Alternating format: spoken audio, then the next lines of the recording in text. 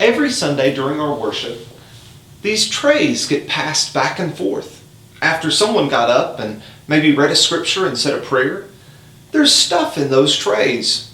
But have you ever wondered, how did that stuff get in the trays? Why is it there in the first place?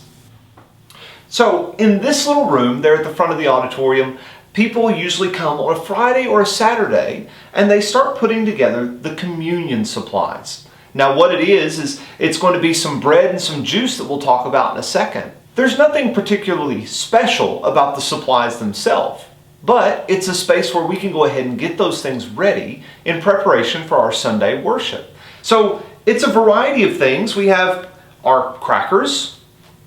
Some people prefer to have them individual, and so we have little individual crackers. So you can either break it apart with these or just pick up one of those. And then we start with just a regular bottle of grape juice. And we split it up into smaller cups and we put them in these trays. And this is usually what you see passed around on a Sunday morning when we're all able to gather together at the building. So we have our tray for the bread, and we would pass this around, and usually nothing special about the tray, but it would usually be filled with a combination of these crackers here. And then we would pass around this second tray, and it's kind of a more special tray. If you can see, it's got all of these holes in it. It's got all these holes so that we can put little individual cups in it, and those cups are going to be filled with the grape juice. So these are the things that are passed around when we partake of the communion.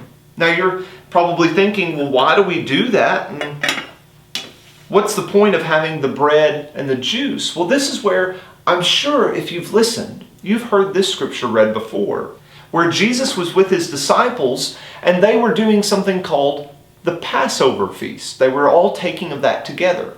But along with that special feast that was part of a Jewish festival that had been happening for hundreds of years, Jesus started to talk about something different. So what I want you to do, pause this video, read that passage, and then come on back.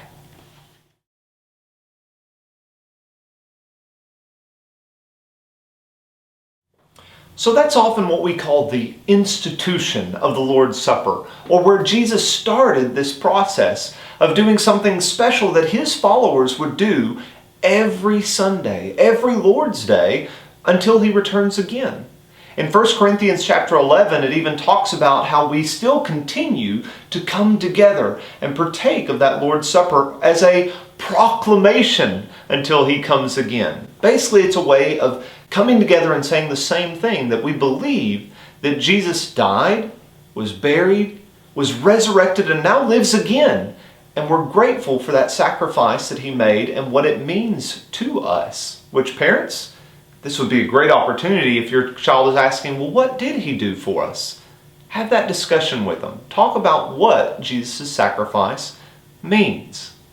But why am I talking about all of that in this room? Like I said, this is the room where we usually put things together. Usually we're already thinking about what are we going to put into, what are we going to bring to our worship assembly on Sunday. And one of those things is preparing this communion with the fruit of the vine and the bread, the crackers that we're going to share with one another. But we can't do that right now, can we? We haven't been able to do that for several weeks, and it may be several more depending on when you're watching this video. So maybe your parents have been doing it in various ways at home. Maybe you as a child are old enough and have made that decision so you're able to join with your parents in taking the communion.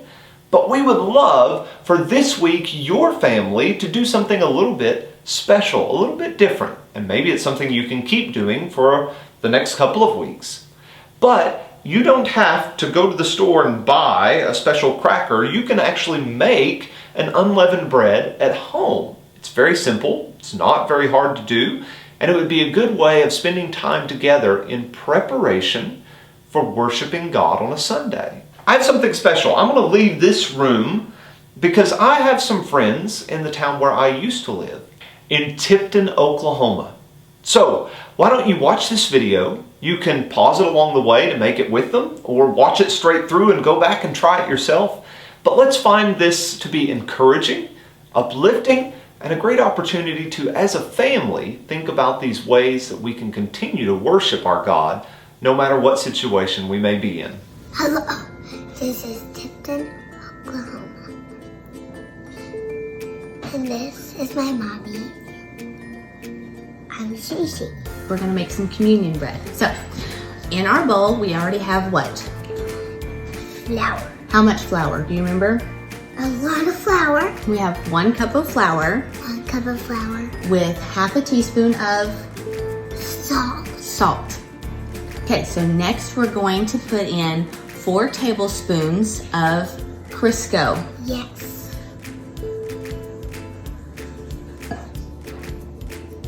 Good job. Here, let me help you. So now we're going to take our pastry blender. If you don't have a pastry blender, you can also use a fork. What we need to do with the pastry blender, we're going to blend in the Crisco into the flour.